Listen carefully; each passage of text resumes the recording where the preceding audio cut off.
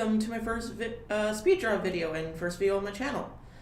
In this video, I'm going to be drawing the main character from my comic TLC. Her name's Yinyang, and I'm going to talk about her a bit. But first, a bit about myself, given it's my first video. My actual name is Bree, and I'm a commission artist from Canada that tends to speak their mind in Ramble, I guess. I like to make stories, draw comics, hang out with family. I have 3 cats. It's pretty chill. So going into the drawing itself, I'm in the sketching stage right here, as you can see. The idea to do speed draws where I talk about the character comes from the Zodiac Lord on YouTube and DeviantArt, actually. And they do a series where they speed draw digitally with their Luniverse characters. I'll put their link to his channel below, I guess. So before I go into who Yinyang is as a character, I have to say that there will be some potential spoilers, so I would suggest that you go read the comic first. So where her character started is kind of interesting, actually. Yinyang started as a Urkin OC, like from the show Invader Zim, and she was this little Urkin that had like black and white eyes and a black and white striped shirt and antennae that had Yinyang symbols in it, and it was a really, really cringy OC that I never did anything with. And then I decided to just sort of draw her as a human one day, but I decided that she wouldn't be like a completely normal human either. And I was like, okay, well, what sort of universe is she in? And so I created all these other characters that you see in the comics. The universe that she lives in is essentially in a society where there's sort of like how there's still tension between races today. There's something like that, but with different types of people, whether they be like non-human shapeshifters or elves or something, or a human with powers, or a human that has been experimented on and thus mutated. And she falls into the humans with powers category. So she tends to be ostracized a bit, as well as many of her siblings, and it's a pretty cool thing. I've done lots of world building for it and such. So there were a lot of plot ideas that I scrapped for this character. She was originally going to find Keen much later on in the comic than when she actually does first meet him. He was originally not going to come in until, I want to say, chapter 6 or 7, which haven't been released yet. And there was going to be a love triangle between her, Keen, and Bobby, actually. And then I realized that even though they're not like biologically related siblings, it might still be a little bit weird. So I scrapped that idea. I also tried drawing this comic in a bit of a more cartoony style, where it's just sort of like stick figures with rectangle bodies and heads, with circle heads, and it was just that never went anywhere. It also just had some bad character development in it. So I believe the current version of the comic that I have on Tapastic is the 4th rendition, technically speaking. So I can't speak.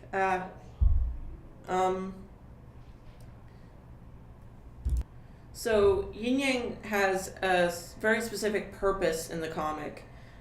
She is meant to sort of be end up as like the mediator in the family and the sort of the glue that keeps the family together. And at first she doesn't quite realize this. She's not entirely sure how she fits in to this whole mess of a family. And it causes a lot of problems. I won't say too much because I don't want to spoil too much. And I don't know, what should I talk about? I guess I'll talk about her design a bit. So the black and white theme is sort of, based off of the yin-yang symbols, based off of balance. And as it's stated in her bio, she kind of subconsciously keeps balance in the whole world. This will be explained more later in the comic. You can see there that I accidentally colored in part of her white part of her hair with black accidentally in there. Sorry, I tend to ramble a lot. So her design choices, her shirt is actually basically a large baseball jersey, because I don't know, I just thought it felt right. I believe, I never properly made a reason why she wears that, but the idea was that somebody gave it to her at a sports game once, and it just kind of stuck with her because she thought it looked cool.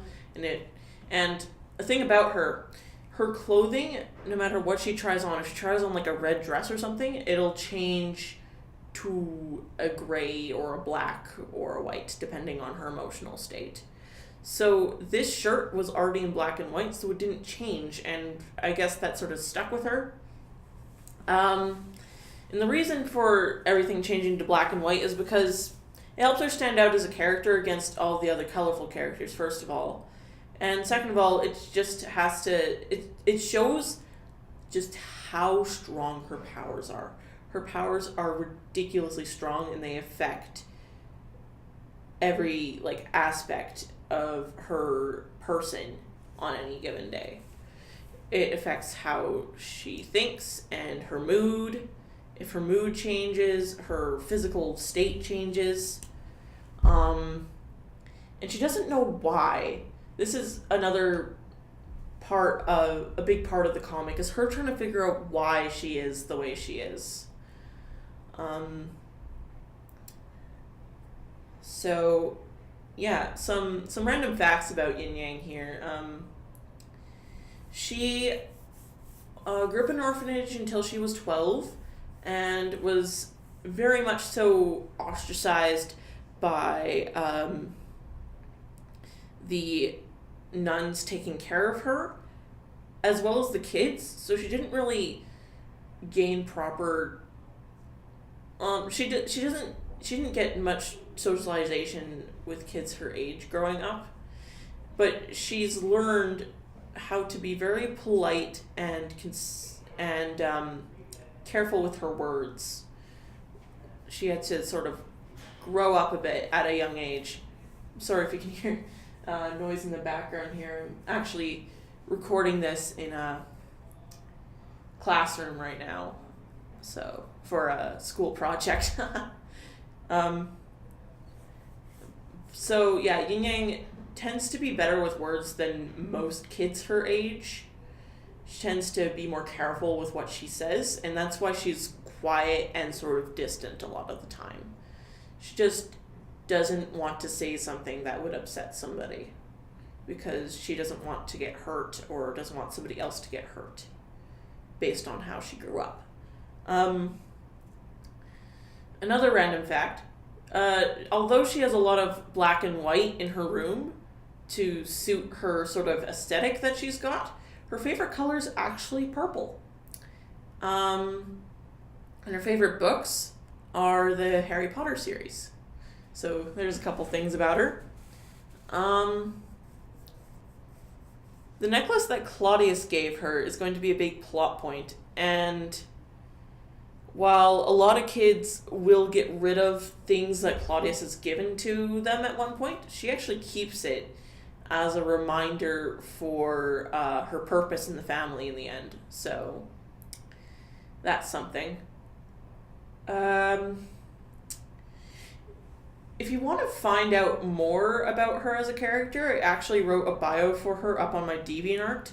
If you search Bree-Mana in DeviantArt, you can find her. I'll also put a link to my DeviantArt and all my social media in the description. I guess I'll talk a little bit about the drawing. So in this drawing, I used some random paper I found in my classroom, honestly. I couldn't tell you what it was. And I think I cut it down to like a little bit bigger than a legal size piece of paper, printer paper or whatever. And I used Uniball gel pens, some mechanical pencils, and then for the coloring, I mostly used Prismacolors and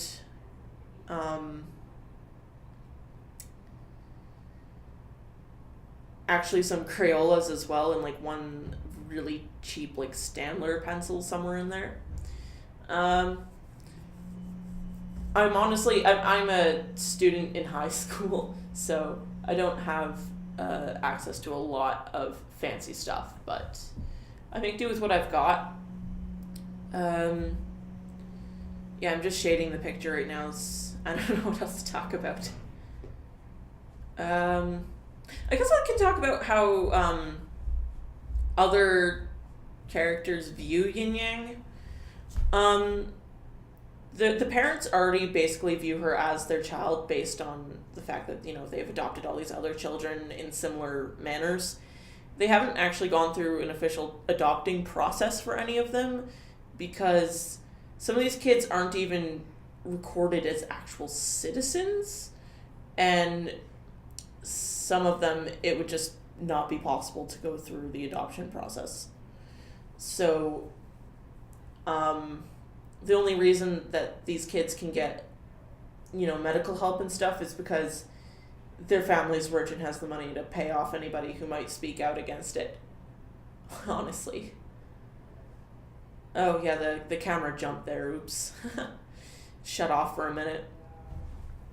But so yeah, Yinyang's not officially adopted, and that's why she still has her last name of Young, but she's still considered part of the family by the parents.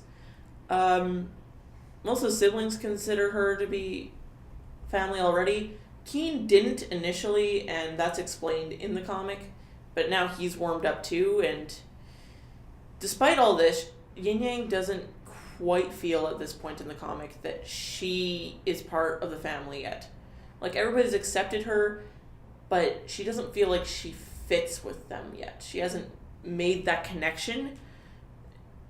She lives in this place, but it doesn't feel like home, if that makes sense.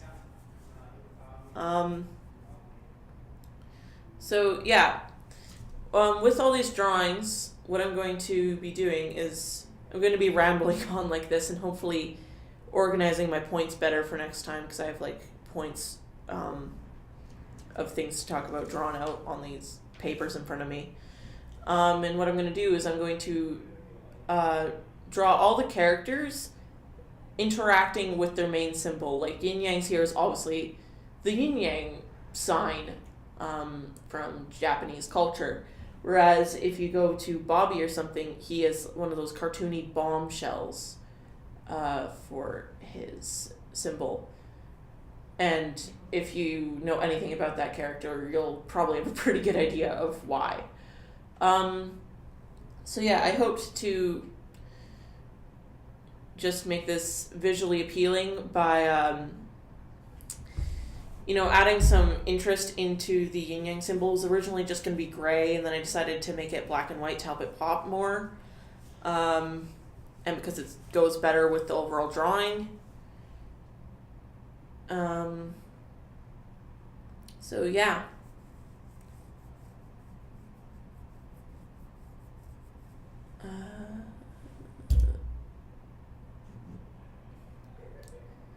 Awkward silence. Do do do do do do.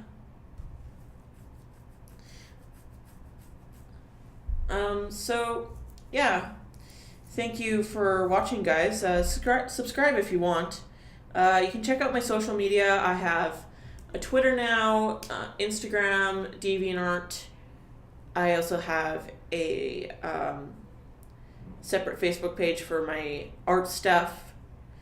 And you can check out my website if you want to commission me for a drawing like this, or a digital drawing, or just a sketch, or anything like that. I also do henna work at trade shows sometimes. So I'll leave my social media and my website links in the description.